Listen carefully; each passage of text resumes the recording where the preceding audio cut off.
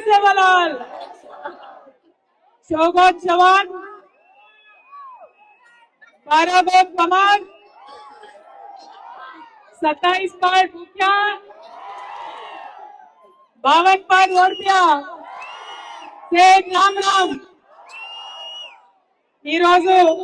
సింగరేణి కాలనీలో పెద్ద ఎత్తున వేలాది మంది మా ఆడబిడ్డలు అన్న తమ్ములు అందరూ కూడా కలిసి తీజ్ పండుగ నిర్వహించుకుంటూ ఆ కార్యక్రమంలో పాల్గొనడానికి నన్ను ఆహ్వానించినటువంటి మోతీలాల్ నాయక్ గారికి, వారి మొత్తం బృందానికి, గణేష్ గారికి, అట్లానే వారి సతీమణి గారికి, స్వాతి గారికి, పాట పాడిన మౌనిక గారికి, విష్ణు గారికి, మంగ్లీ గారికి అందరికీ హృదయపూర్వకంగా నమస్కారాలు।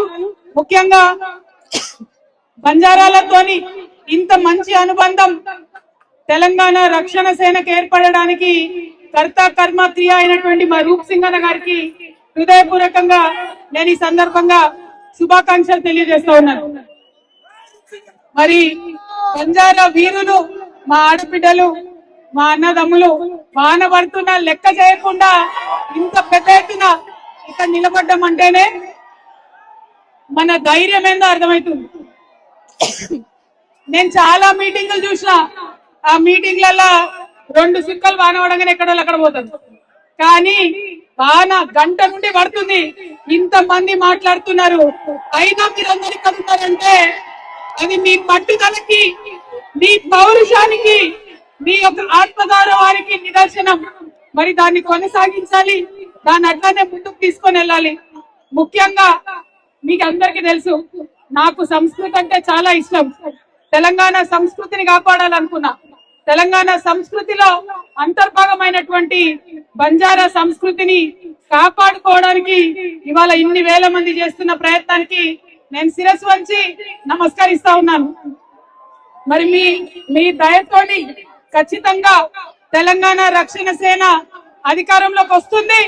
తీజ్ పండుగను అధికారిక పండుగగా మన రాష్ట్రంలో నిర్వహిస్తుంటామని ఈ సందర్భంగా నేను తెలియజేస్తున్నా। మరి మా ఆడబిడ్డలు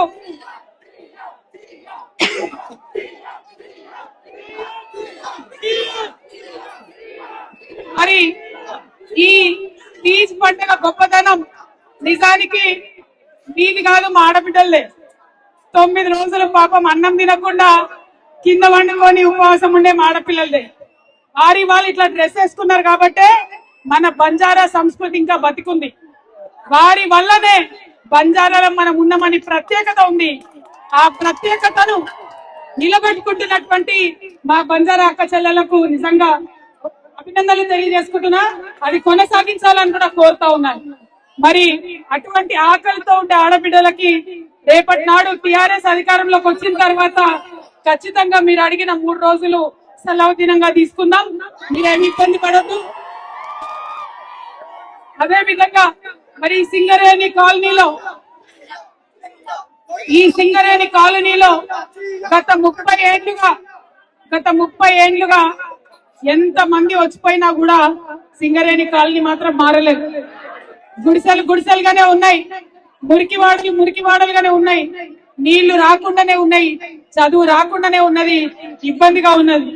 కానీ ఆ పరిస్థితి మారాలి, అందుకోసమే నిన్నగాక మొన్న హైదరాబాద్ లో ఇట్లానే పెద్ద మీటింగ్ పెట్టి ఒక సంకల్పం తీసుకున్నాం। సామాజిక న్యాయం రావాల తెలంగాణలో అంటే, మన సింగరేణి రూపురేఖలు మారాలంటే దానికోసం